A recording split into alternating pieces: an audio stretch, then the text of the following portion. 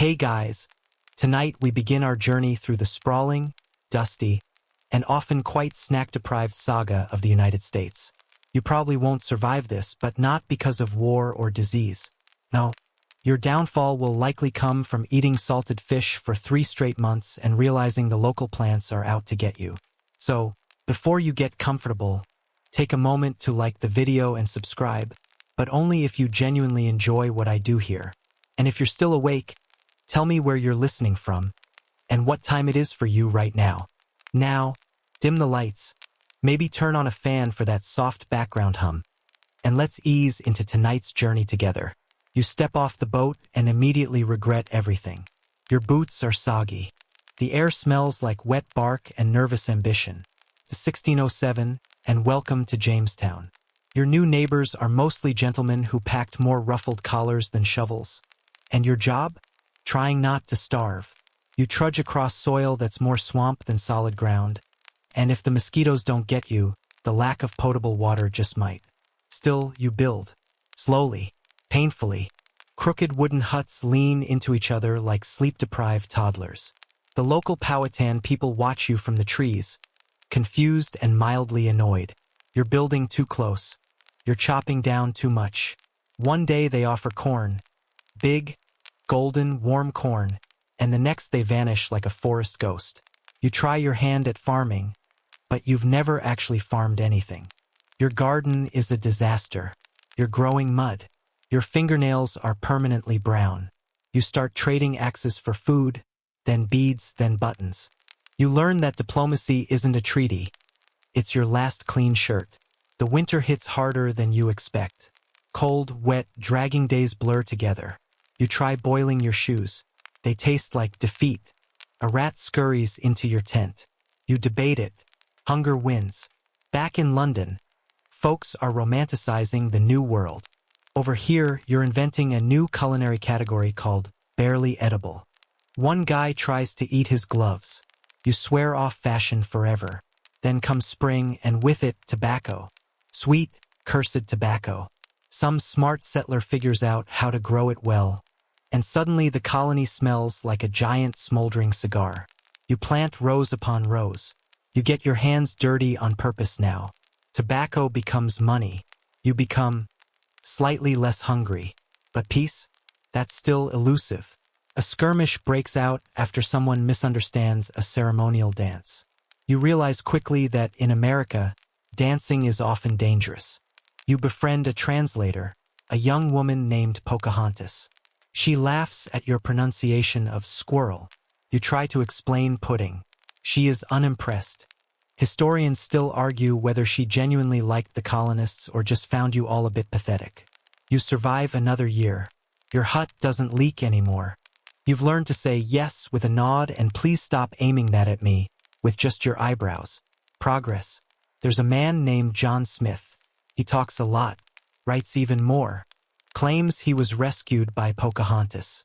You suspect the story was embellished, but it makes the rounds. Everyone loves a good rescue tale, even if no one can quite verify it. And slowly, Jamestown grows teeth. More ships arrive. More boots hit the soil. Some of them even have tools this time. One guy brings a goat. Everyone stares at the goat like it's royalty. The seasons keep turning, and while the land is still unfamiliar, you've stopped flinching at every squirrel. You can now distinguish between funny berry and death berry. It only took 2 mistakes. You build fences now, not to keep things out, but to feel like you finally own something. It's a psychological victory.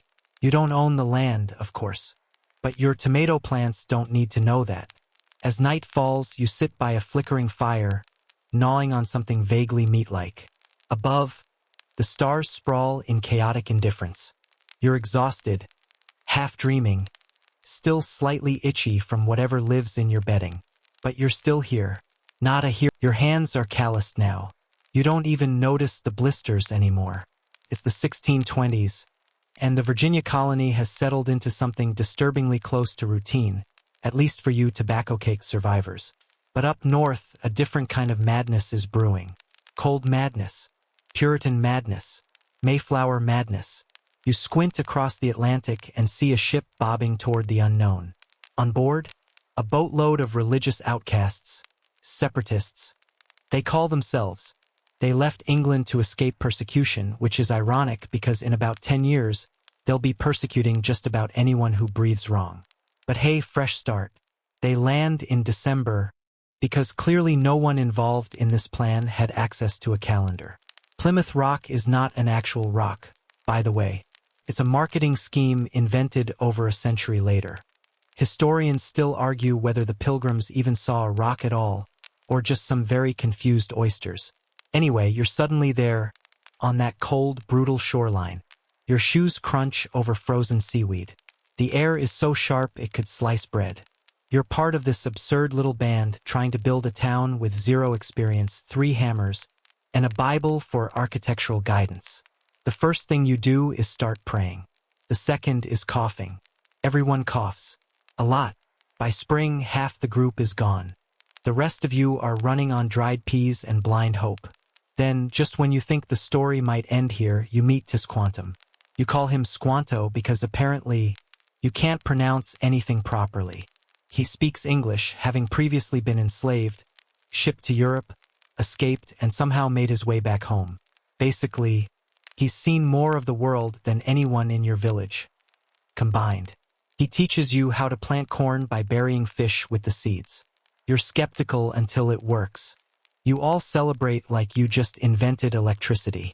There's a lot of awkward dancing and possibly some accidentally fermented cranberry juice. By autumn, you've got enough food to last the winter, so you throw a feast. Not a Thanksgiving yet, not officially, but it's definitely a vibe. Turkeys may or may not be involved. More likely it's venison and corn mush. One guy insists on bringing oysters. No one sits near him. Your Puritan leaders start laying down rules. Lots of them. You can't dance. Can't play cards. Definitely no laughing during sermons. Basically, if you're having fun, you're probably doing it wrong. But you're surviving. You build straight-lined houses that look like wooden shoeboxes. You write things down in incredibly small handwriting. And you argue, constantly, about theology, about crops, about what color the minister's hat should be. Dissent isn't just common. It's a town sport. Soon, more English ships arrive. Not just to Plymouth, but all over the coast. Colonies start multiplying like rabbits with zoning permits. There's Massachusetts Bay, Rhode Island, Connecticut, each with its own flavor of rigid optimism and puritanical micromanagement. And not everyone's on board with the Puritan way.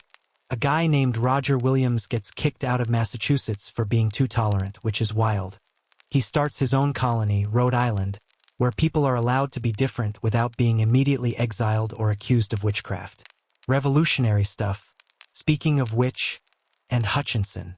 Bold, brilliant, and not at all interested in quietly agreeing with male ministers.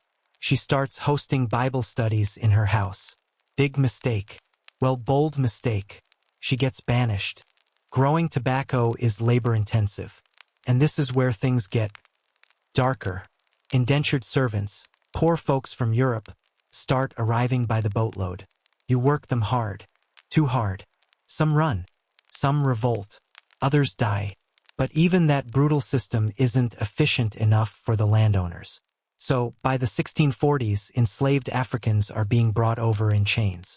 You witness the first arrival and something shifts. Quiet, sinister. No feast. No welcome. Just shackled silence. And you know, this story is changing. The economy grows. The fields widen. And the human cost buries itself deep in the soil. You try not to look at it too closely, but it's there all the same. History doesn't whisper this part. It hums low, relentless. Still, colonies grow. Towns multiply. The wilderness shrinks. You build churches, schools, fences. Always with the fences. Because deep down, you're still afraid of wilderness, of difference, of not being in control. And yet, you're also adapting. You're learning local place names. You wear moccasins in the winter now. You eat squash voluntarily. Somewhere along the line, your accent softens, your clothes roughen, and you stop thinking of yourself as English. Not quite. Not anymore. You're something else now. Something new. You're colonial, American-ish, and the world is watching. You wake up to the sound of hooves pounding over dirt. Not yours, don't worry, but something's shifting in the wind. The year is 1676, and the colonies, once fragile toddlers with dirt-streaked faces, have grown into feisty adolescents with attitudes. Time for a few tantrums. And rebellions. Let's start in Virginia. Bacon's Rebellion. Yep, named after a guy named Bacon. No relation to your breakfast. Nathaniel Bacon is a young, rich hothead who decides he's fed up with the local government, led by Governor William Berkeley, an old-school elite who basically governs like he's royalty. Bacon wants more land, especially land occupied by Native American tribes, and when the governor won't let him go scorched earth, Bacon does it anyway. He rallies a crew of disgruntled frontier settlers, indentured servants, and some enslaved people too. Quite the chaotic mix. You're in the mob now, torch in hand, storming Jamestown.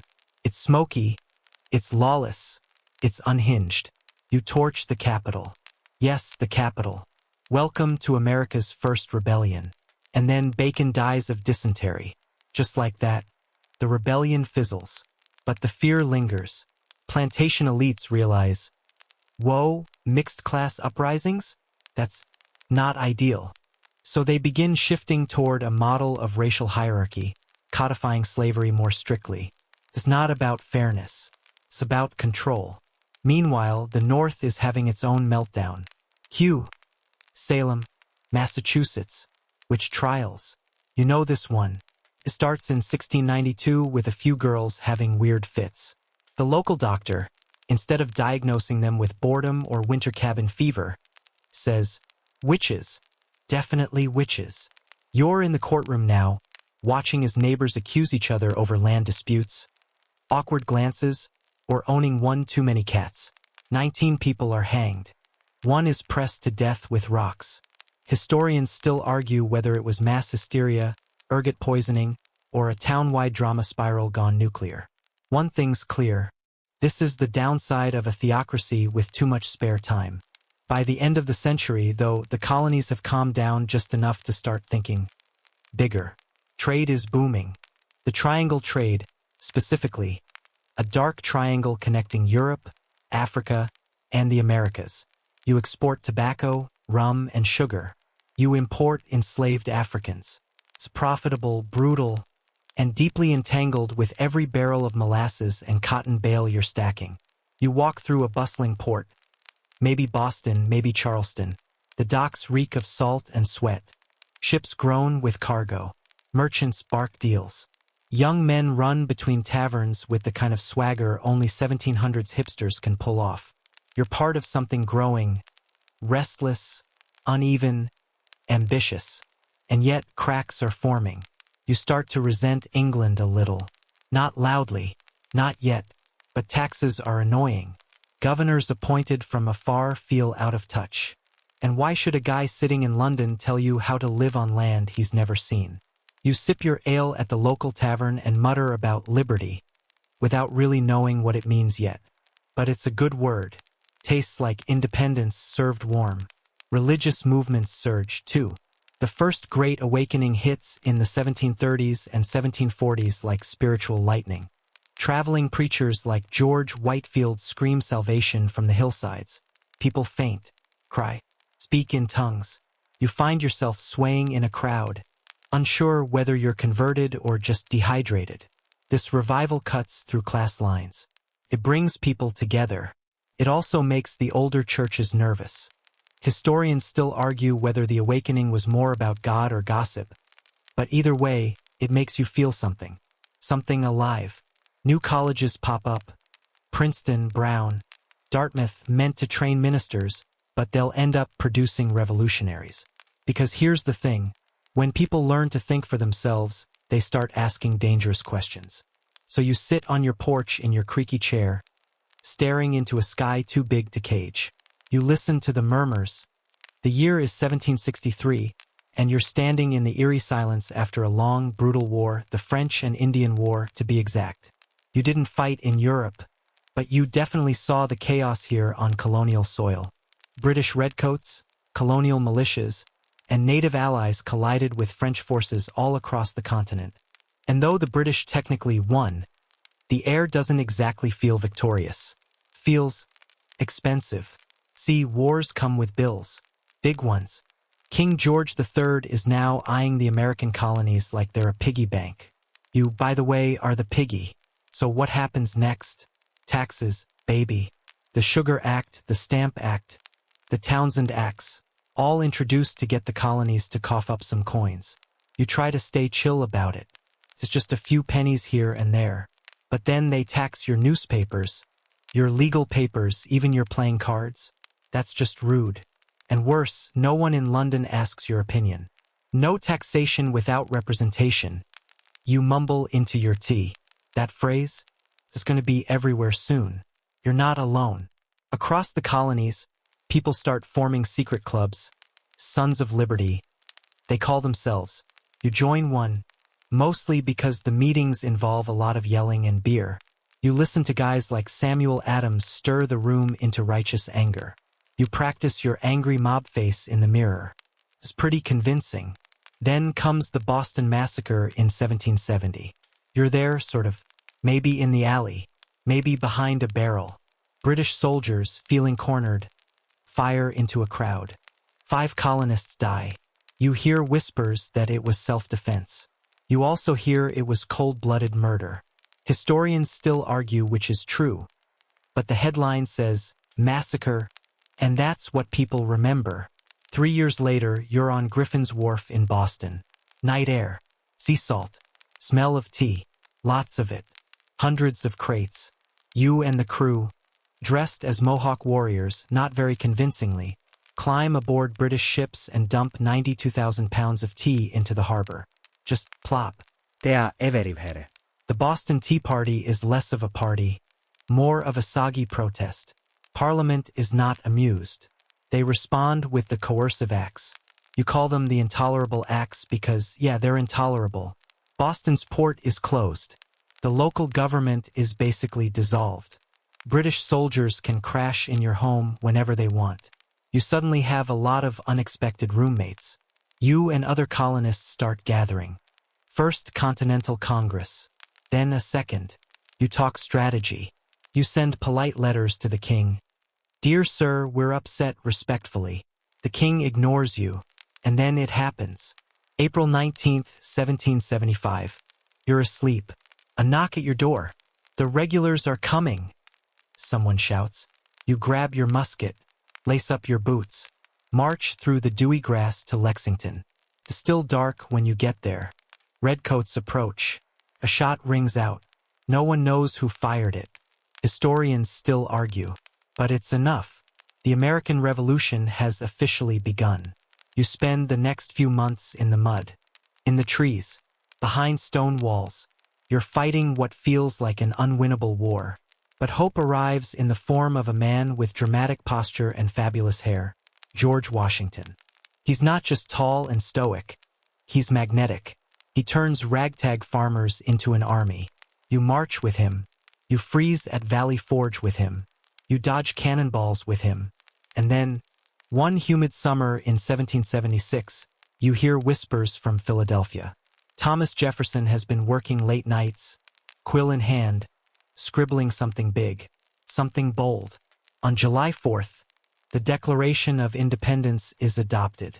You gather in a crowd and listen as it's read aloud. We hold these truths to be self-evident. You feel goosebumps. Not from the words, though they are pretty epic, but from the realization. There's no going back. You've just broken up with the most powerful empire on earth via a long, poetic letter. You are now, officially, rebels. The war drags on. You win some, lose many. Then, in 1781, at Yorktown, everything changes.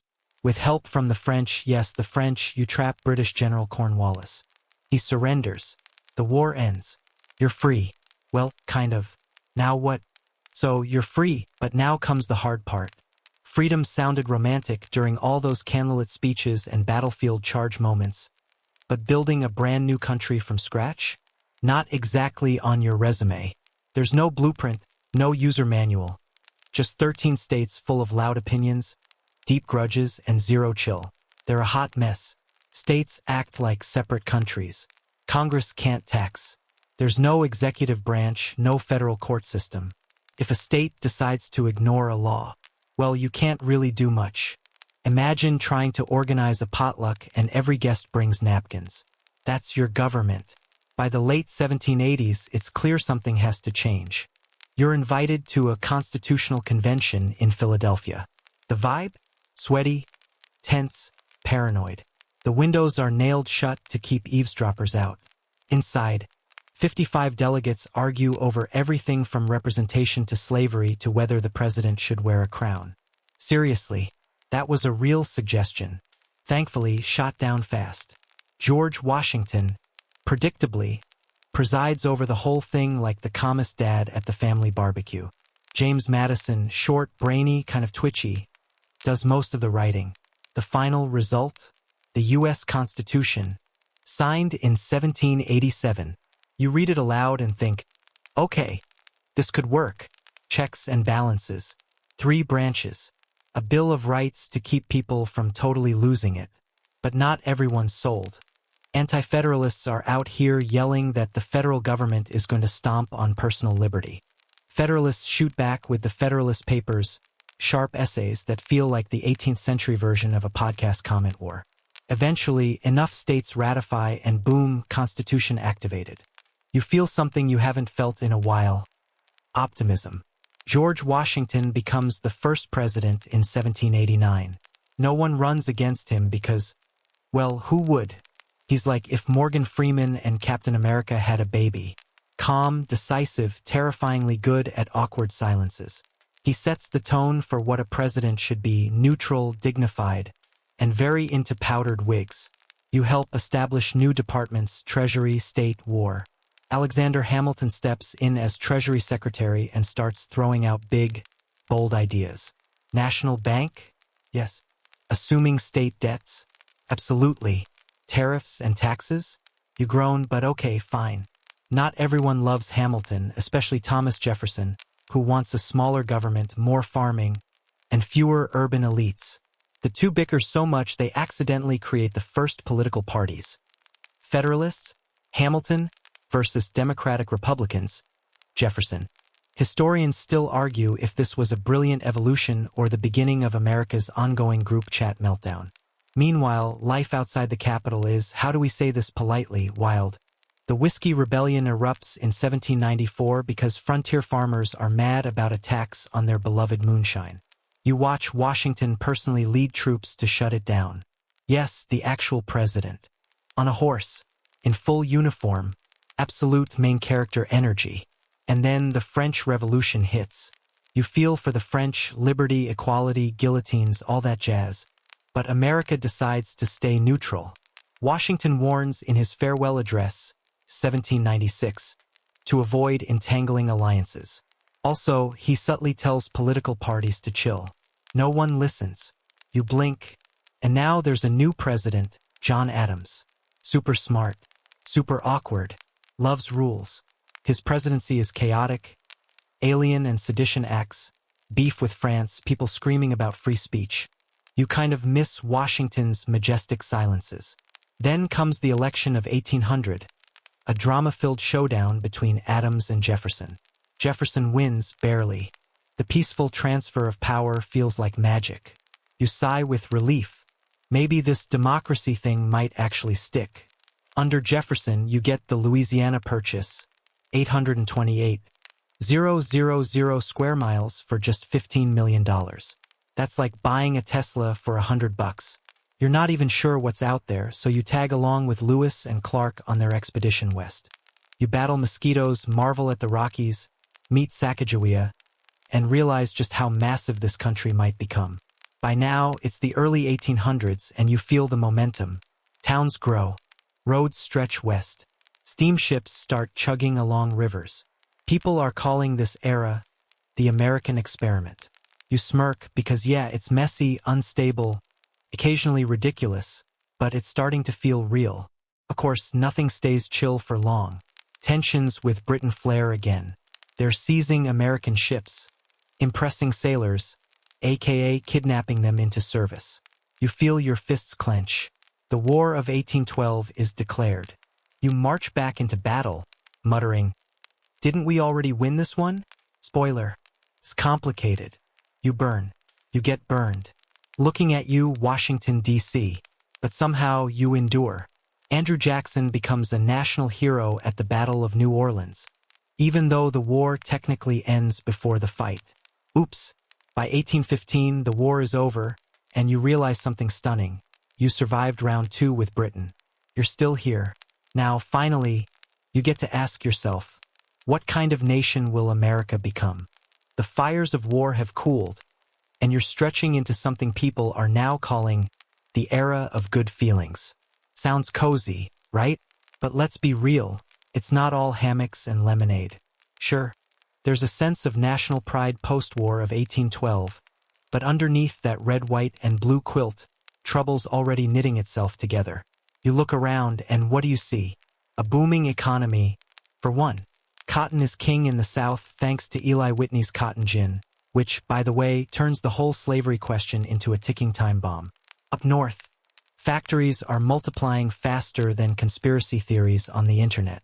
Out west, people are moving in droves, carving roads through forests, building towns with names like Freedomville and Liberty Junction. Also ambitious, James Monroe becomes president, and he's basically the chill uncle who brings pie to every argument. His Monroe Doctrine in 1823 is bold. Hey Europe, stay out of the Western Hemisphere. Like seriously, don't even look at Latin America. Historians still argue whether this was strategic brilliance or just America flexing with unearned confidence. Meanwhile, something weird is happening with the Missouri Territory.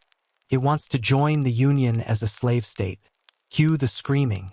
Because if slave states outnumber free ones, what happens to that whole all men are created equal idea? So, Congress cooks up the Missouri Compromise in 1820. Missouri enters as a slave state, Maine enters as free, and slavery is banned north of the 36 degrees 30 minutes line. Crisis averted? Kinda more like delayed. It's like duct taping a leaky pipe, you know it's gonna burst eventually. The transportation game levels up. Canals cut across states. The Erie Canal opens in 1825, and suddenly you can ship goods from the Midwest to New York like magic. Roads get paved. Steam engines scream through valleys. You hop aboard one and realize, with a jolt, that distance just became a lot less intimidating. Now comes the election of 1824. For candidates, no one wins a majority. The House picks John Quincy Adams, even though Andrew Jackson had the most votes. Jackson's followers call it a corrupt bargain, and the nation gets its first real taste of political scandal. You lean back and think, yup, now it's a party. But Andrew Jackson isn't done. He comes back swinging in 1828, riding a wave of populist rage and frontier swagger. He's loud, dramatic, and polarizing. Think of him as the original reality TV president, minus the cameras but plus the duels. He claims to speak for the common man, but critics say he just breaks whatever he can't control. Jackson's presidency is intense. He vetoes everything he doesn't like. He kills the second bank of the United States because he hates the idea of concentrated financial power, while also doing everything possible to concentrate power in the White House. Irony? Delicious. One of the darkest stains on his record? The Indian Removal Act of 1830. You're there when thousands of Native Americans, Cherokee, Creek, Choctaw, are forced to leave their ancestral lands. You walk alongside them on the Trail of Tears. The name isn't poetic. It's devastating. Thousands die. Their stories vanish into the soil. And yet, the country keeps expanding. Texas breaks away from Mexico in 1836 and starts waving around its new, "We're totally independent" badge. You sip your coffee and say, "This is gonna get messy." Spoiler, you're right. Back in the North, abolitionist voices grow louder. William Lloyd Garrison's The Liberator hits the presses in 1831, preaching against slavery with all the subtlety of a fire alarm. You see Harriet Tubman starting to form the Underground Railroad. You meet Frederick Douglass and listen to him speak, and your bones rattle with awe. The debate over slavery isn't just about policy anymore. It's about the soul of the nation. But it's not all conflict. Culture's blossoming. You hear the haunting melodies of Stephen Foster songs. You read Washington Irving and Nathaniel Hawthorne. You attend a tent revival in Kentucky, where preachers shout under starry skies and people speak in tongues. A spiritual awakening is sweeping the country. Some call it the Second Great Awakening, and you feel something shifting in the national mood. And then there's the weird stuff. You stumble upon a commune where people refuse to eat meat, wear buttons, or use money. They call it utopianism. You call it Tuesday. One group in upstate New York says Jesus already returned, spiritually, and they're waiting for the next big event. You try not to roll your eyes. And through it all, immigrants pour in from Ireland and Germany. Some are fleeing famine, others just chasing dreams. Cities swell. Languages blend. Tensions rise, especially with native-born Americans who don't love the competition. The term nativism pops up. You sense more battles ahead, not just over territory or race, but over what it means to be American. By now, it's the 1840s. The U.S. is standing tall, arms stretched wide, whispering manifest destiny, like it's a magic spell. You know what's coming next. A race to the Pacific, a clash with Mexico, and a new layer of chaos in a country already bursting at the seams. But before all that, there's still gold to find, cities to build, and a continent to chase. You lace up your boots again. You're riding a wagon now, creaking across the dusty frontier as the 1840s crack open like a sun-scorched diary. The trail west stretches before you, Oregon, California, all that untouched wilderness, just begging for boots and bonnets. You don't know it yet, but this decade will be the one where the United States really decides to go for it. Land, pride, and yes, a few conflicts with just a sprinkle of war. Manifest destiny becomes more than just a phrase. It's practically a religion. You hear it on porches, in Congress, scrawled in newspapers. The belief that America is meant, cosmically, divinely, undeniably, to expand from sea to shining sea. You look around and think, this sounds like a motivational poster with consequences. Texas has just joined the Union in 1845, wearing its Lone Star with swagger.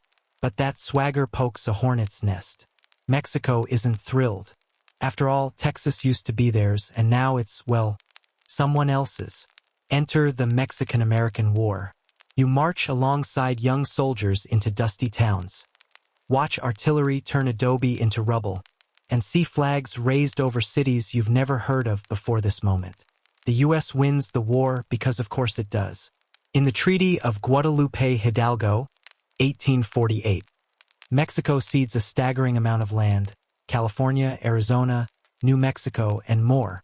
It's like the country just took a giant bite out of the map. You blink and realize the U.S. is now basically continental. Historians still argue whether this was noble ambition or blatant land grabbing. Probably both. Oh, and then someone shouts, "Gold!" Suddenly, your quiet camp in California becomes a circus of shovels, beards, and shattered dreams. It's 1849, and the gold rush is in full swing. You see families abandon homes for fortune. Boomtowns explode overnight. People fight over streams like it's the last sale on Black Friday. But beneath the glitter, there's something darker. Native tribes are displaced, again this time at warp speed. Lawlessness spreads. Vigilante justice becomes the default. And yes, fortunes are made, but more often, lives are broken. You spot a man panning the same riverbed for weeks and whisper, "Buddy, it's just Micah." Meanwhile, abolitionist and pro-slavery tensions are heating up faster than a stovetop in July. Each new territory added to the Union means another vote in Congress, and that balance of power is teetering like a drunk tightrope walker. California wants to join as a free state, and suddenly everyone's freaking out again. Enter the Compromise of 1850. It's like the Missouri Compromise's grumpier, more desperate cousin. California gets to be free, but in exchange, the South gets the Fugitive Slave Act, which means even free states must return escaped slaves. You sit in Boston and watch federal marshals drag a black man away in chains. The crowd screams. A woman faints. You don't sleep that night. Around this time, you stumble into a meeting in Seneca Falls, New York. A bunch of women, and some men, are sitting in a hot room, declaring that women deserve rights too. Elizabeth Cady Stanton reads the Declaration of Sentiments, and it hits you like a thunderclap. All men and women are created equal. It's 1848. The women's suffrage movement has officially entered the chat. And then there's Harriet Tubman. You catch a glimpse of her in the woods, stoic, fearless, guiding people through the darkness toward freedom. The Underground Railroad isn't a real train, of course. It's a secret web of safe houses, whispered passwords, and pure courage. Tubman? She's the conductor you'd trust with your life. In literature, something strange is happening. You crack open the Scarlet Letter and Moby Dick and feel your brain turn into a philosophical pretzel. These aren't just stories, they're America trying to figure itself out. Sin, obsession, morality, the sea. You read and reread, unsure whether you're enlightened or just confused. You're also seeing new religious movements bubble up. A man named Joseph Smith claims to have found golden plates in upstate New York.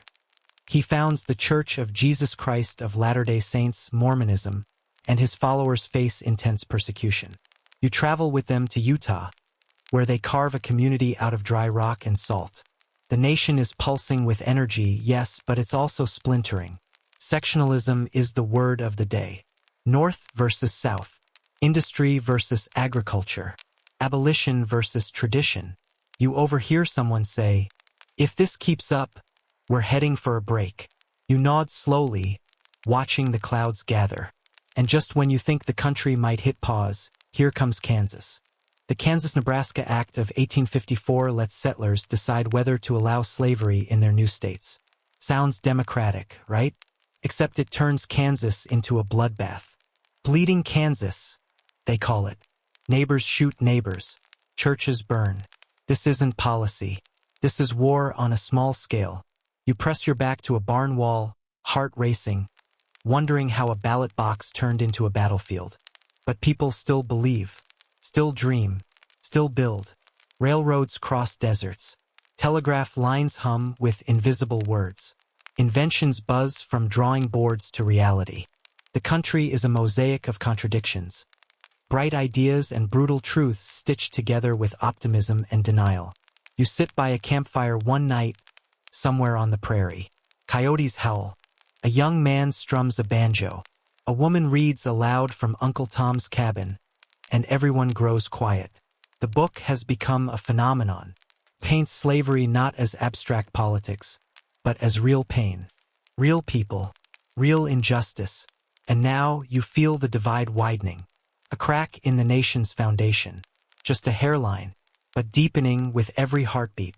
You lie down under the stars, wondering if the country can grow any bigger without falling apart. The year is 1857, and you wake up into a thundercloud. You're in the courtroom, breath held, as the Dred Scott decision is handed down. A black man who had lived in free states is told, by the highest court in the land, that he's not even a citizen, that he has no right to sue for his freedom. You feel the air suck out of the room. It's not just a verdict. It's a declaration, a line drawn in blood and paper. Chief Justice Roger Taney writes the opinion, and it slams the door shut on compromise. You hear people gasp, others cheer, but mostly you feel something shift, like a country cracking down its spine. Abraham Lincoln, a tall, awkward man with eyes that look like they've seen the future, steps up on stage in Illinois. He debates Stephen Douglas in a series of town hall-style arguments that feel less like debates and more like prophecy. He warns that a house divided against itself cannot stand. You scribble it in your notebook, underlining it 3 times. John Brown storms onto the stage next. Literally. In 1859, he leads a raid on a federal arsenal at Harper's Ferry, Virginia, hoping to start a slave rebellion. He fails, gets captured, tried, and hanged. But you can't forget his eyes, wild, zealous, filled with holy fire. The South sees a terrorist. The North sees a martyr. And you see a match dropped into dry grass. Then comes 1860, the election. Lincoln wins, without a single Southern electoral vote. It's like someone pulled the emergency brake on a speeding train. South Carolina secedes before the year's out, flipping the bird on the way out the door. Mississippi, Florida, Alabama, Georgia, Louisiana, and Texas follow. A new flag rises. A new president is sworn in, Jefferson Davis. They call it the Confederate States of America. You feel the fever in the air. Whispers in every barbershop, every market, every church pew. In April 1861, those whispers become cannon fire. Fort Sumter is bombarded. The American Civil War has begun. You are no longer watching history unfold. You are inside its engine room. Young men march off in blue and gray, clutching letters from sweethearts and mothers. The North fights to preserve the Union. The South claims to fight for states' rights, but everyone knows slavery is the poisoned heart of it all. Fields become graveyards. Rivers run red. You ride alongside Union troops as they clash with Confederate soldiers at Antietam, the bloodiest single day in American history. Over 22,000 casualties. The groans of the wounded echo across cornfields. You smell the sulfur and sweat. You want to look away, but history doesn't care what you want. Lincoln, with furrowed brow and ink-stained fingers, drafts the Emancipation Proclamation. On January 1, 1863, he signs it. All persons held as slaves within the rebellious states are, and henceforward shall be, free. This limited, symbolic, but it changes everything. Now, the war isn't just about the Union. It's about freedom. Black men enlist, fight, die, become heroes. The 54th Massachusetts storm Fort Wagner, proving once and for all that liberty isn't inherited. It's seized, tooth and nail. You walk through Gettysburg in 1863, past the craters and the corpses, and you hear a tall man with a stovepipe hat give a short speech. Just 272 words, but it cracks open the soul of the war. Government of the people, by the people, for the people, shall not perish from the earth. You write it down in your journal. You feel tears on your cheek. You don't know why, or maybe you do. Then, finally, in April 1865, it ends. General Robert E. Lee surrenders to Ulysses South Grant at Appomattox Courthouse. No grand ceremony, just two tired men, uniforms stained with mud and regret, agreeing to stop killing each other. The Union is preserved, but the scars are everywhere. Just 5 days later, Lincoln goes to Ford's Theater. And there, in the flicker of gaslight and laughter, John Wilkes Booth shoots him in the back of the head. The president dies the next morning.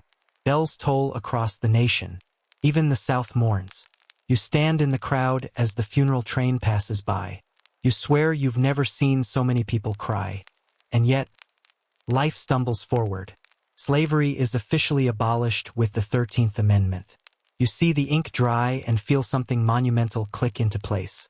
But then comes Reconstruction, and you realize freedom on paper is not freedom in practice.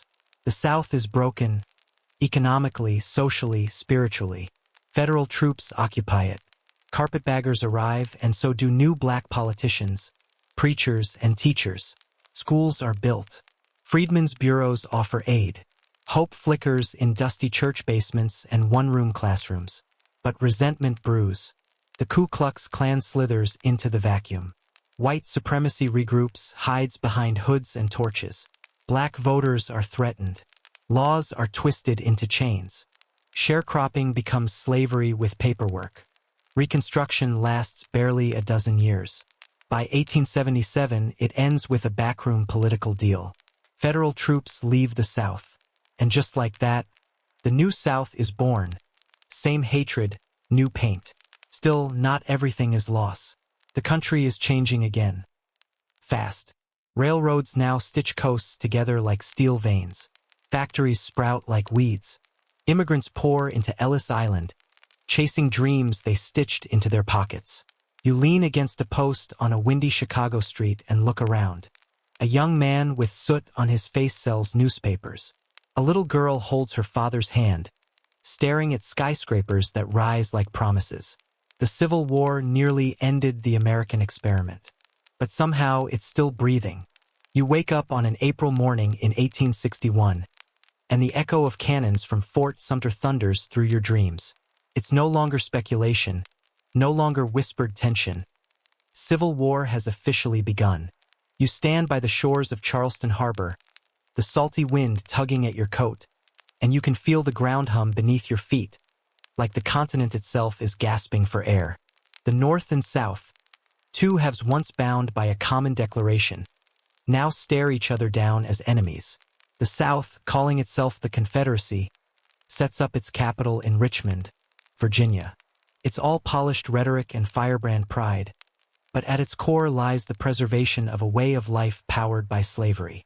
The North, still claiming the name the Union, now led by Abraham Lincoln, prepares for a fight it neither wanted nor can afford to lose.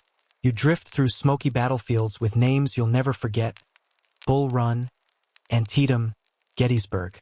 The air is thick with gunpowder and grief. Limbs vanish in cannon blasts, young faces harden too quickly, and the grass drinks too much blood. Yet through it all, Lincoln's voice echoes, soft, firm, unrelenting. When he issues the Emancipation Proclamation in 1863, you can feel history pivot under your feet. It's not just a military maneuver, it's a moral stand. The war transforms from a fight to preserve the Union to a fight for human freedom. You ride beside General Grant, coat flapping in the cold air, as he relentlessly pushes into Confederate territory. Across the map, another name stands out: General Robert E. Lee, with the stoic sorrow of a man fighting for a cause he never fully embraced, yet can't abandon. Historians still argue whether Lee's loyalty to Virginia outweighed his silent misgivings about slavery. But in 1865, at Appomattox, his sword lowers all the same. By the war's end, over 600,000 lives are lost, a number too vast to fully imagine. You walk through fields of wooden crosses, the silence thunderous. And then, just as you begin to feel the possibility of peace, the cruelest wound, Abraham Lincoln is assassinated at Ford's Theater. You sit in the darkened balcony, watching the curtain fall, wondering what the next act will hold without him. You step into the smoldering aftermath of war, where victory doesn't feel quite like triumph. It's 1865, and America is still one country, technically, but it doesn't feel like it. You walk down the ruined streets of Richmond, past charred buildings and broken glass, and the smell of ash clings to everything. Reconstruction has begun, and it's a word that sounds hopeful until you see what it really means. The South is shattered, not just physically, but emotionally, economically, spiritually. Its cities lie in ruins, its economy decimated, and its former ruling class seething in quiet corners. You see once enslaved people walking free, hesitant and unsure. Some are jubilant, others just bewildered. What does freedom mean when you have no land, no money, and no safety? The Union Army stays behind in the South to enforce the new order, and you can feel the tension simmering under every polite smile. In Washington, things move with the heavy awkwardness of a toddler learning to walk. The 13th Amendment abolishes slavery. The 14th grants citizenship to those who had once been seen as property.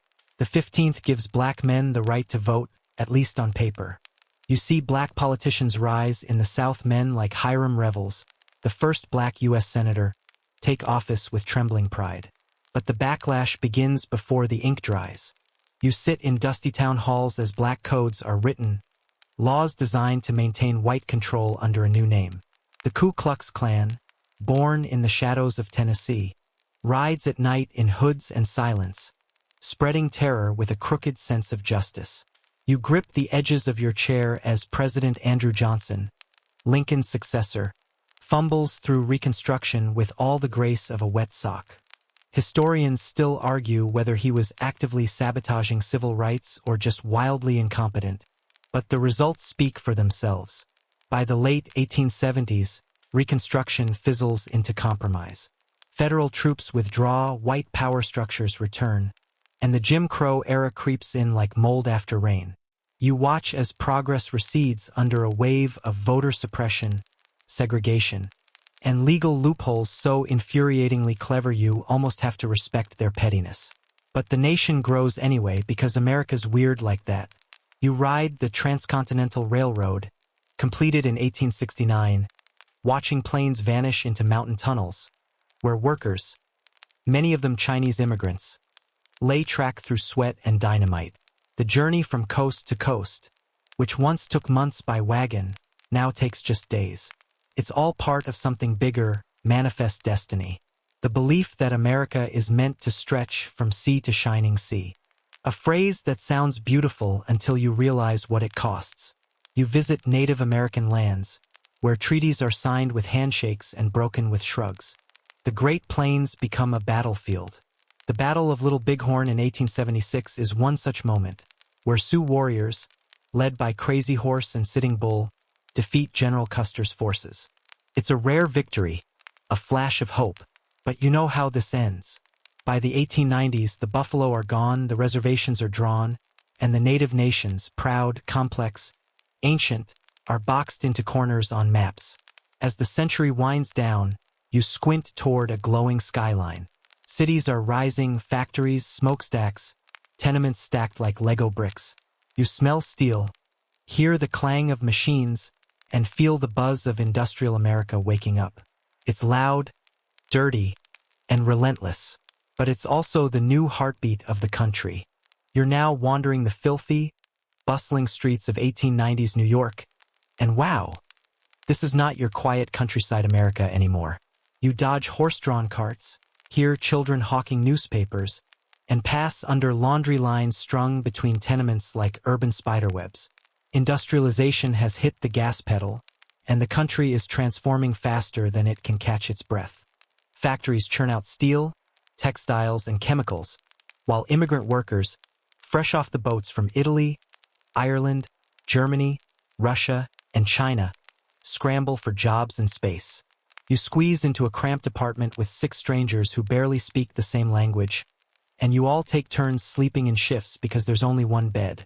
Welcome to the American Dream version 1.0, Beta Edition.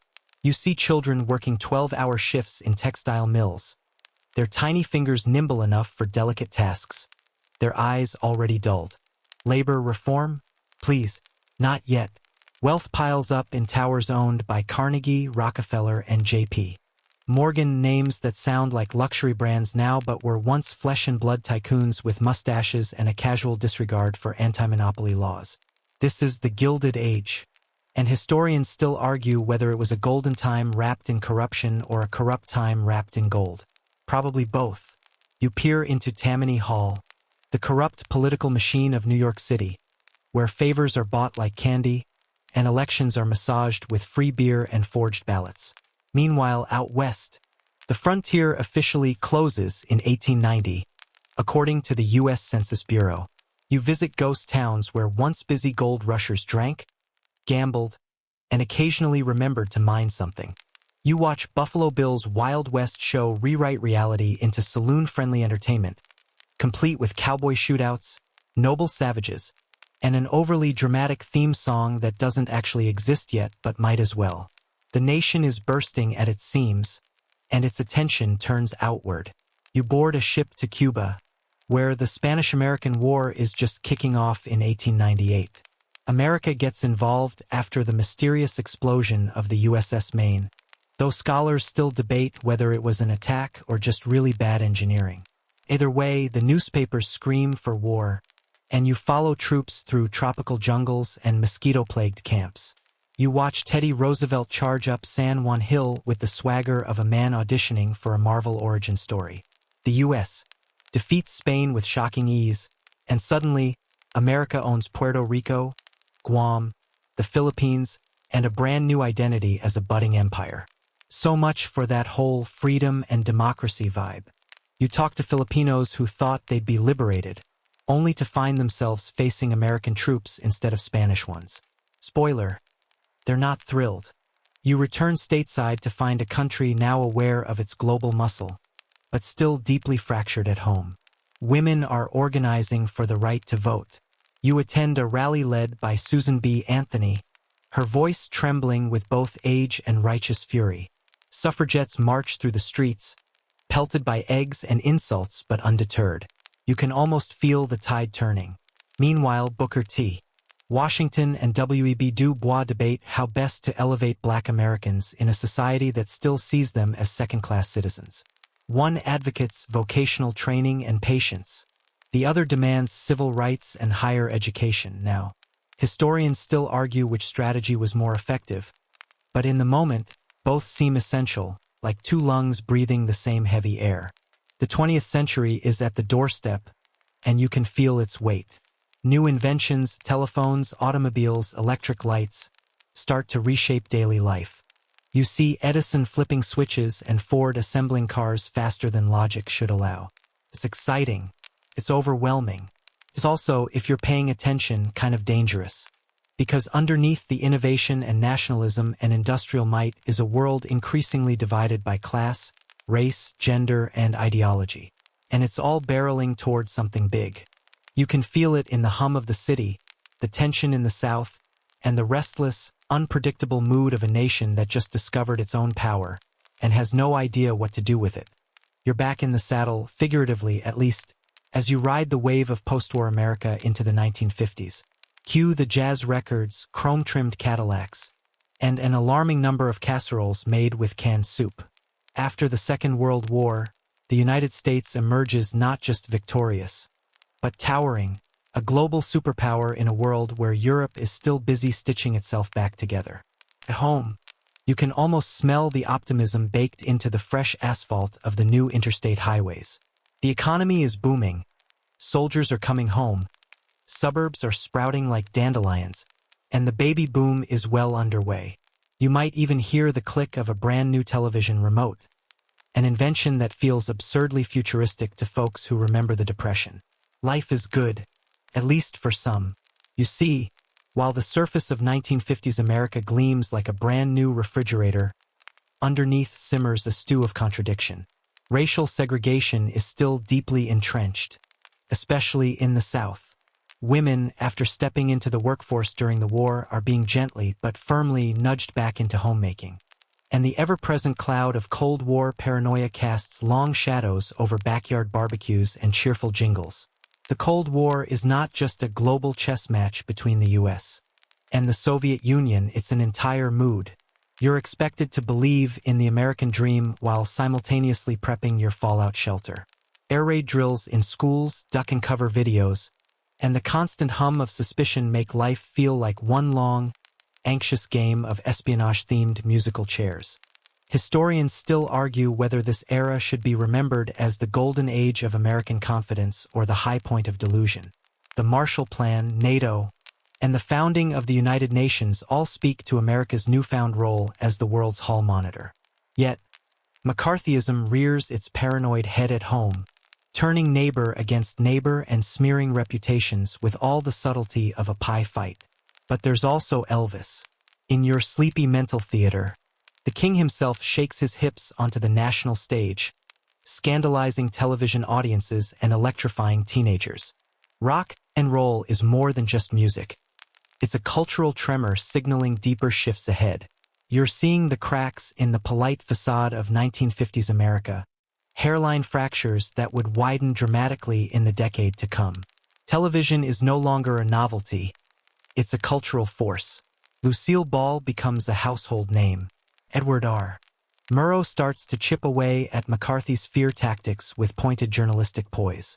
Everything is televised, dramatized, and sanitized for your viewing pleasure. You can't help but wonder if this is when American reality starts blurring with its own reflection. Meanwhile, out in space, or almost, another competition is brewing. The Soviets launch Sputnik in 1957, and suddenly you're glancing upward with a mix of awe and dread. The space race has begun, and it's not just about rockets, it's about who gets to narrate the future. Back on Earth, civil rights leaders are beginning to find their voices. Rosa Parks refuses to give up her seat, and the Montgomery bus boycott gains momentum.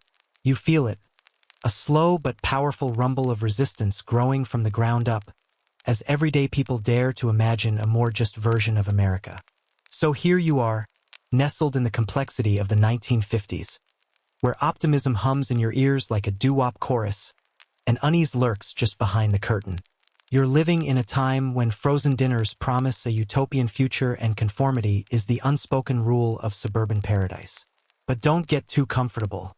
The next act will turn the volume up, both literally and metaphorically, as the nation's youth begin to question everything, from authority to hairstyle. You'll find yourself toe-tapping into one of the most transformative decades of American history. You slide into the 1960s like a vinyl needle dropping onto a new groove, except this record doesn't just play music. It explodes into protest chants, rocket launches, and a national identity crisis wrapped in paisley. The beat is changing, and you can feel it in your bones, even if you're still clutching a glass of Tang and pretending everything's just fine. The 1960s aren't a decade so much as a fever dream. Everything accelerates: civil rights, counterculture, Vietnam, space travel, and you're along for the ride whether you like it or not. Think of it like an acid trip of history. Technicolor, disorienting, and impossible to explain without hand gestures. Let's start with the obvious. Civil rights. You walk beside Martin Luther King Jr. in Selma, Alabama. You hear his voice echo from the steps of the Lincoln Memorial in 1963, and it feels like a prayer and a commandment all at once. "I have a dream," he says, and you wonder, just for a moment, if America might finally be waking up. But there's resistance. Deep, ugly, institutional resistance. Jim Crow doesn't leave without a fight. Freedom riders are beaten. Churches are bombed. And yet, people persist. The Civil Rights Act of 1964 and the Voting Rights Act of 1965 don't solve everything, but they matter. They're landmarks in a long, uneven journey. Historians still argue whether the federal government's slow response was out of political caution or moral cowardice. But one thing is clear: the pressure came from below, from regular people, from righteous noise. And oh, there's plenty of noise. You hear it in Bob Dylan's gravelly twang, in Joan Baez's trembling voice, in the way electric guitars wail at Woodstock like they're trying to scream down the system. The youth have officially checked out of 1950s-style respectability, and in its place is a growing distrust of authority. You swap dress shoes for bare feet, suits for tie-dye, and suddenly the silent generation is anything but. Then there's Vietnam. First, it's distant. Something happening in the jungles of Southeast Asia that barely registers on your radar. But soon, the draft calls. The death toll rises. You watch nightly news broadcasts that show not just soldiers but coffins. You march in anti-war protests, chant, "Make love, not war," and wonder if anyone in Washington is listening. The Tet Offensive of 1968 is the moment the illusion shatters. You realize the war isn't being won. It's a quagmire. A sinkhole swallowing hope, youth, and trust in government. Nixon's election in '68 reflects a growing split in America. A desire for law and order by some, and a defiant refusal to stop questioning by others. In the midst of all this, you look up and there's the moon. It's 1969. Neil Armstrong plants a flag in lunar dust and says words that would have sounded ridiculous a decade ago. That's one small step for man, one giant leap for mankind. You smile, not because the world suddenly makes sense, but because it proves you can still do something impossible if you aim high enough and budget properly. Yet, the elation doesn't last. The assassinations of the 1960s leave you hollow. JFK in '63, Malcolm X in '65, Martin Luther King Jr. in '68, then Bobby Kennedy just months later. Each one feels like a page ripped from a storybook that was already written in blood. Hope keeps taking hits, but it refuses to die. You catch a glimpse of a nation in transition, old values cracking, new ideas bubbling. Feminists demand equal rights. Environmentalists stage the first Earth Day. LGBTQ+ activists rise up at Stonewall in 1969, tired of being policed into invisibility. Quirky fact break? Here's one. In 1967, the U.S. Navy allegedly considered training dolphins to guard underwater military bases. You don't know whether to laugh or salute. Historians still argue whether this was brilliant defense strategy or just peak Cold War weirdness.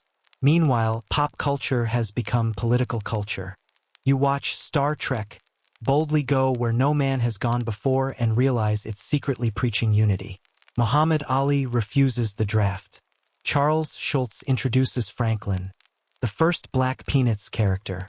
Even Barbie gets wokish eventually. By the end of the decade, you're breathless.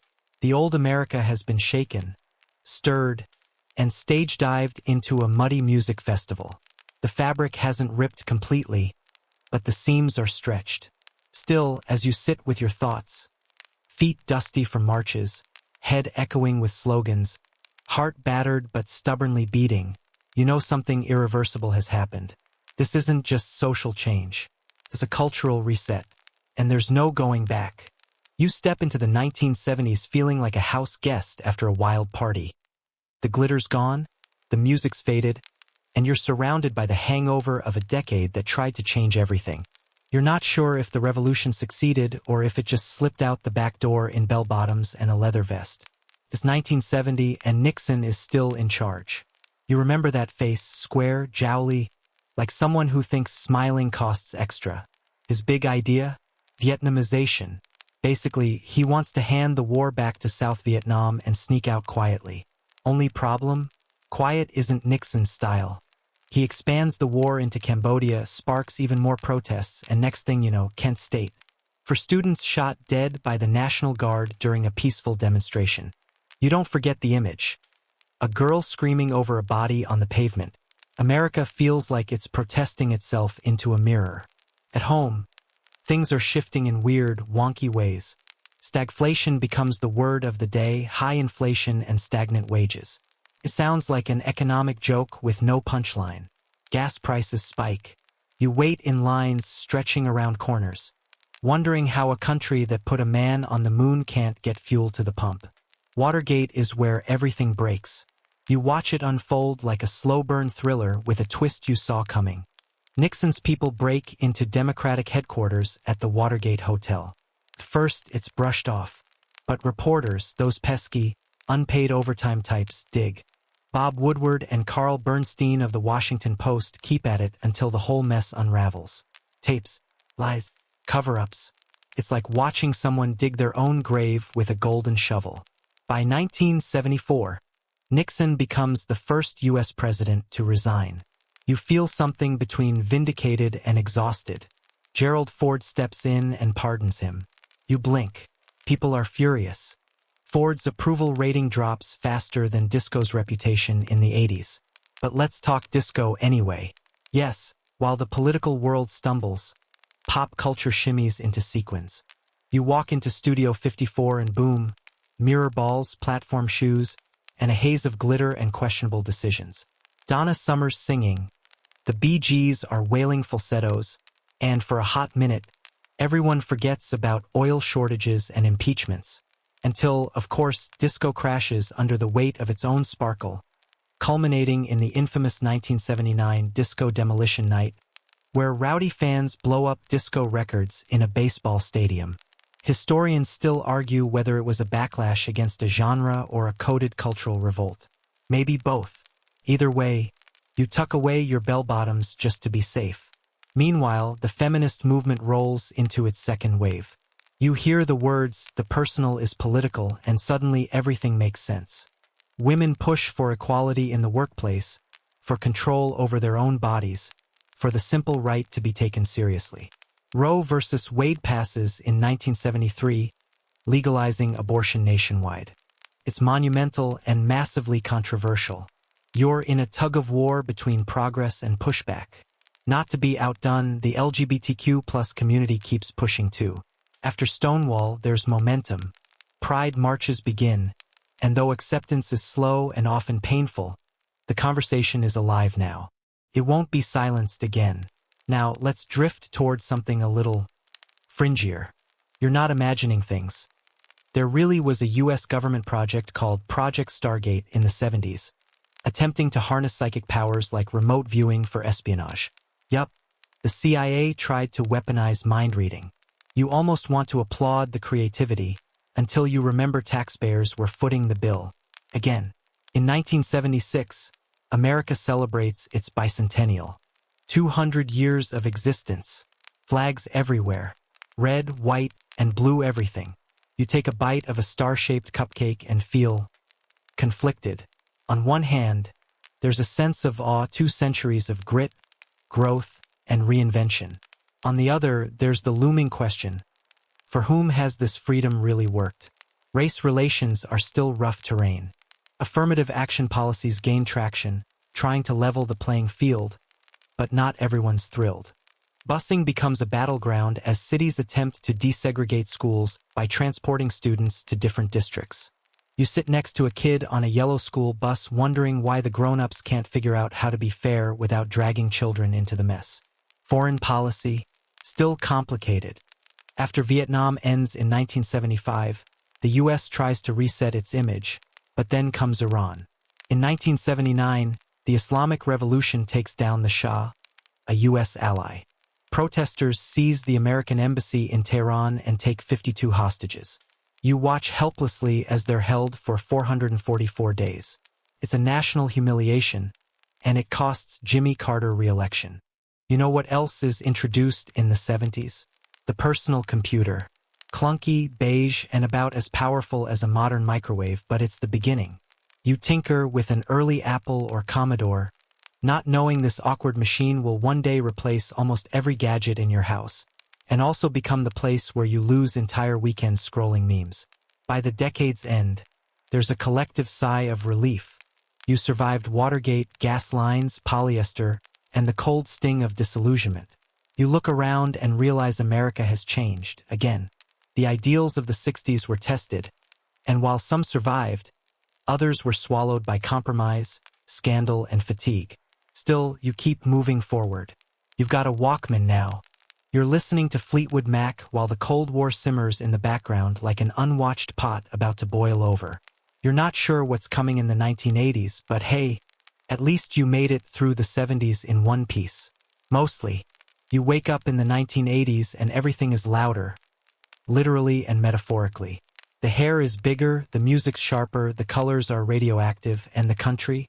It's halfway through a transformation that feels like a high-budget action movie with Wall Street cameos. Ronald Reagan steps onto the stage, former actor turned president, and America eats it up like it's popcorn night. Reagan's voice is calm, charismatic, and just confident enough to make you believe that trickle-down economics might actually work. Spoiler alert, it doesn't. At least not for everyone. The rich get richer. The poor, well, they get promises and trickles. You start hearing the term yuppie tossed around, a young, urban professional who chases money in a BMW and wears suspenders like Gordon Gekko. Greed is good, they say. For a moment, you almost believe them. Meanwhile, Reaganomics slashes taxes, deregulates industries, and shrinks social programs. The stock market booms, but so does income inequality. The middle class is doing aerobics, buying microwaves, and hoping credit cards will keep them afloat. You watch as the national debt balloons behind a smokescreen of patriotic commercials and morning TV smiles. The Cold War? Oh, it's still cold, but it's heating up around the edges. Reagan calls the Soviet Union the evil empire. It sounds like something out of Star Wars. And that's fitting because Reagan's next move is something called the Strategic Defense Initiative, aka Star Wars. He wants lasers in space to shoot down nuclear missiles. Scientists laugh, but Congress funds it anyway. You're not sure if you should be scared or impressed. Then, 1986, the Challenger disaster. You remember the image forever. 7 astronauts, including schoolteacher Krista McAuliffe, killed in a space shuttle explosion live on TV. The dream of the stars burns up in front of your eyes. It's one of those moments when time stops. There's also Chernobyl, not in the US, but its impact echoes across the globe. A nuclear reactor in Ukraine explodes. The Soviets try to hide it. The radiation, however, doesn't play by censorship rules. You wonder what other ticking time bombs the superpowers are hiding. The AIDS crisis begins its horrifying ascent. First misunderstood, then ignored. It devastates the LGBTQ+ community. Reagan stays silent for years. Activists fight to be heard, forming groups like ACT UP. It's a war, not just against a virus, but against indifference. You see protests, candlelight vigils, and funerals for people far too young. The cultural impact, massive, from silence to awareness, from shame to pride. A community redefines itself through loss and resilience. In pop culture, the 80s go nuclear. MTV launches in 1981 with Video Killed the Radio Star. You now live in a world where image matters as much as sound. Michael Jackson moonwalks into immortality. Madonna pushes every button she can find. Prince, a one-man revolution in purple. These aren't just performers. They're gods in leather and lace, shaping the identity of a generation. If the 70s was a haze, the 80s is a neon-lit mirror ball spinning at full speed. Technology is creeping into your life faster than you expected. Personal computers enter homes, floppy disks become currency, and Apple drops the iconic 1984 commercial, pitching the Macintosh as the weapon to defeat Big Brother. You don't know it yet, but you're entering a world that will be ruled by screens. Culturally, hip-hop is rising from the Bronx, raw and real. It tells stories the suburbs aren't ready for, but can't stop listening to. Run DMC, LL Cool J, Public Enemy. This isn't just music. It's rebellion, rhythm, and reality, all in one. Movies get bolder, brasher, and more bombastic. E.T. phones home. The Terminator says, "I'll be back." Top Gun makes you want to fly jets at Mach 2 while playing beach volleyball. Hollywood becomes a global juggernaut, exporting American dreams and delusions in Dolby Stereo. Behind it all, the war on drugs rages. Nancy Reagan tells you to just say no, while entire communities are devastated by crack cocaine and mass incarceration. The prison population spikes, disproportionately black and brown. It's a war, all right, but not everyone sees who's winning and who's being targeted. Then, late in the decade, a seismic shift. The Berlin Wall starts to crack. Eastern Europe rises. Hungary opens its border. East Germans flood west. And in 1989, the wall falls. You watch it happen live. People climbing over, breaking pieces off like souvenirs. A symbol of division crumbles under the weight of human will. The Cold War isn't over yet, but the end is in sight. As the 80s close, you feel the tremble of a world about to leap. There's a strange optimism, even as shadows remain. The USSR is faltering. Technology is rising. And America? It's still trying to decide what kind of country it wants to be. You turn the cassette tape over. Hit play again. The future's coming fast. You can hear it in the static between songs. The 90s kick in like a remix of the American dream. A little bit retro, a little bit futuristic, and a whole lot of dial-up internet noise. You start the decade watching the Berlin Wall fall and the Soviet Union dissolve like a bad VHS tape. The Cold War is over. America's won, or so it seems. For the first time in nearly half a century, the world breathes differently. George H. W. Bush rides the post-Cold War wave straight into Operation Desert Storm. Iraq invades Kuwait in 1990, and suddenly American forces are dropping into the Middle East with laser-guided missiles and 24/7 CNN coverage. You're watching war like it's sports, highlight reels of shock and awe. It's clean, it's quick, and it's nothing like Vietnam. Bush's approval ratings soar, but they won't save him from the recession waiting around the corner. A saxophone-playing governor from Arkansas named Bill Clinton shows up, talking like your cool uncle who actually listens.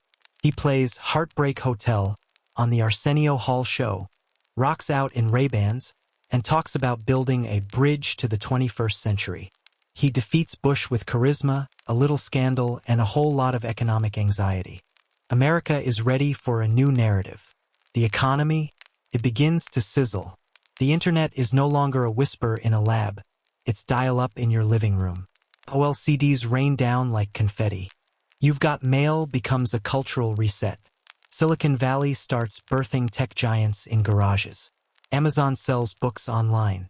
Google hasn't even been born yet. But something's happening. You feel it. .coms explode, dragging Wall Street along for the ride. Every other kid wants to build a website, raise VC money, and retire by 30.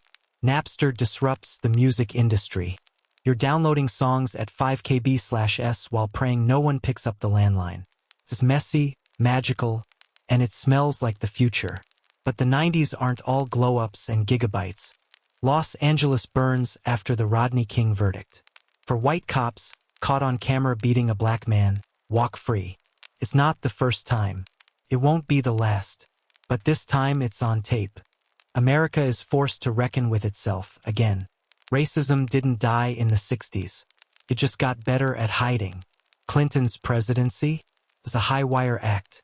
He passes welfare reform and NAFTA, signs the crime bill, and presides over one of the strongest economies in decades. But behind the scenes, the seeds of mass incarceration are planted deeper, and globalization sends manufacturing jobs overseas. Wall Street thrives. Main Street adapts or dies. Pop culture is a supernova. Grunge erupts from Seattle. Nirvana smells like Teen Spirit becomes the anthem of disaffected youth. Kurt Cobain sings with a voice that feels like broken glass and truth. Meanwhile, hip-hop reaches new heights. Tupac, Biggie, East Coast versus West Coast. It's more than beef. It's poetry, pain, and prophecy. You lose them both by the end of the decade, and something shifts. TV finds its golden groove. Friends, Seinfeld, The Fresh Prince of Bel-Air. They're not just shows, they're weekly rituals. Sitcoms teach America how to laugh at itself, while The X-Files reminds you to trust no one. Meanwhile, Disney invent animation. The Lion King roars into the mainstream. Pixar drops Toy Story. A new era begins. In 1995, a former football star named O.J. Simpson is acquitted of murder after a trial that splits the nation. It's not just about guilt or innocence. It's about race, celebrity, and the justice system. Cameras are everywhere. Everyone has an opinion. Reality TV culture begins here. By 1998, Clinton is deep in scandal. Monica Lewinsky, an impeachment trial. A stain on a dress becomes a national obsession. Cable news loops the headlines until you can't hear anything else. Somehow, Clinton survives. Approval ratings soar. America's attention span shortens. And then Y2K looms. The world prepares for digital doom. Programmers everywhere scramble to fix code that might bring planes down or erase bank accounts. Midnight strikes. The ball drops in Times Square. Nothing breaks. Relief washes over the world. The 2000s have arrived, but they're not the clean slate we imagine. Because under the neon of dot-com boomtowns and Wall Street swagger, the fault lines are forming. The dream feels possible but fragile, accessible but conditional. The internet will change everything, but it won't save us from ourselves. And America, ever the dreamer, still hasn't figured out how to wake up. You wake up on a crisp September morning, 2001. The sky over Manhattan is so clear it looks unreal, like someone photoshopped it to perfection. Then everything shatters. Two planes slice through the Twin Towers like nightmare origami. The Pentagon is hit. A fourth plane crashes in a Pennsylvania field after passengers fight back. You're glued to the TV, barely blinking. Smoke, screams, sirens. America isn't just under attack. It's changed forever in a single morning. 9/11 becomes a new national timestamp. There's a before and there's an after. President George W.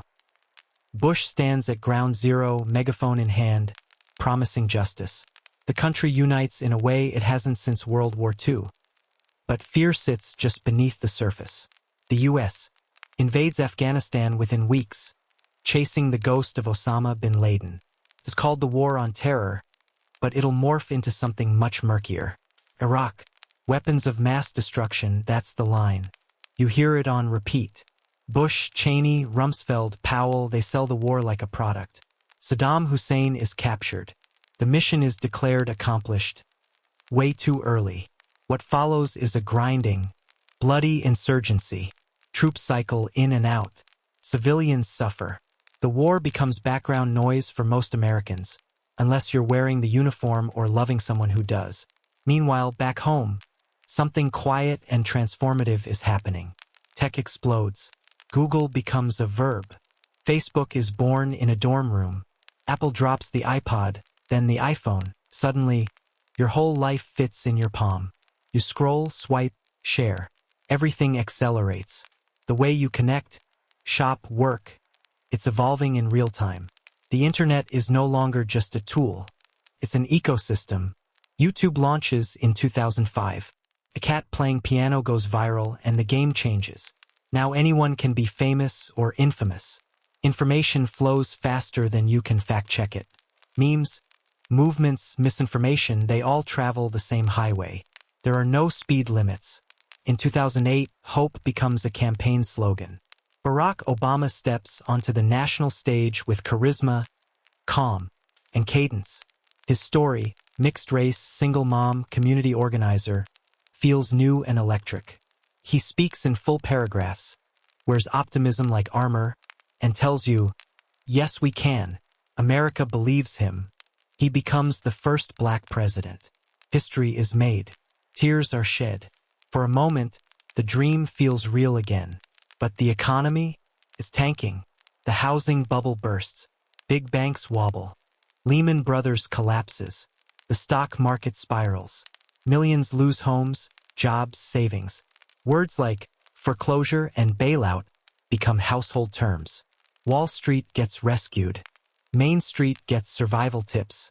Obama inherits the wreckage and passes stimulus bills, healthcare reform, and stricter financial regulations. Not everyone cheers. The Tea Party rises from the ashes of economic resentment and political polarization begins to harden. Bipartisanship feels quaint. Historians still argue whether the Great Recession was inevitable or engineered. Some say deregulation greased the wheels. Others blame consumer greed or predatory lending. Either way, the result is clear. Economic inequality widens, trust in institutions erodes, and Gen Z grows up with less faith in the so-called American dream. Culturally, the 2000s are a strange stew. Reality TV dominates. Survivor, American Idol, The Bachelor, they give you drama without scriptwriters. You root for strangers. You cry when they lose. Pop stars like Britney, Beyoncé, and Eminem define the airwaves. Harry Potter becomes a cultural monolith. Lord of the Rings sweeps the Oscars. And every summer ends with a new Pirates of the Caribbean sequel. But not all pop culture is escapist. Artists start grappling with post-9/11 paranoia, disillusionment, and economic anxiety. TV shows like The Wire, Breaking Bad, and The Sopranos peel back America's mask. They show the grit, the grime, the gray areas. Heroes aren't always good. Villains aren't always evil. Just like real life, in the background, something big is shifting. Social media moves from novelty to necessity. Twitter lets you broadcast your lunch or your revolution in 140 characters. Movements like Occupy Wall Street and Arab Spring are born online. Hashtags become rallying cries. Identity politics surge. Old systems begin to tremble, unsure whether to evolve or entrench. America's still recovering, economically, emotionally, globally. You're not quite sure what's next, but you feel the tension rising. The hope of the Obama era is still there, glowing like embers, but it's being tested by real-world complexity. The 2000s were supposed to be the future, the Jetsons, but with better Wi-Fi. Instead, it's been war, recession, and digital revolution. And something tells you, the turbulence isn't over yet.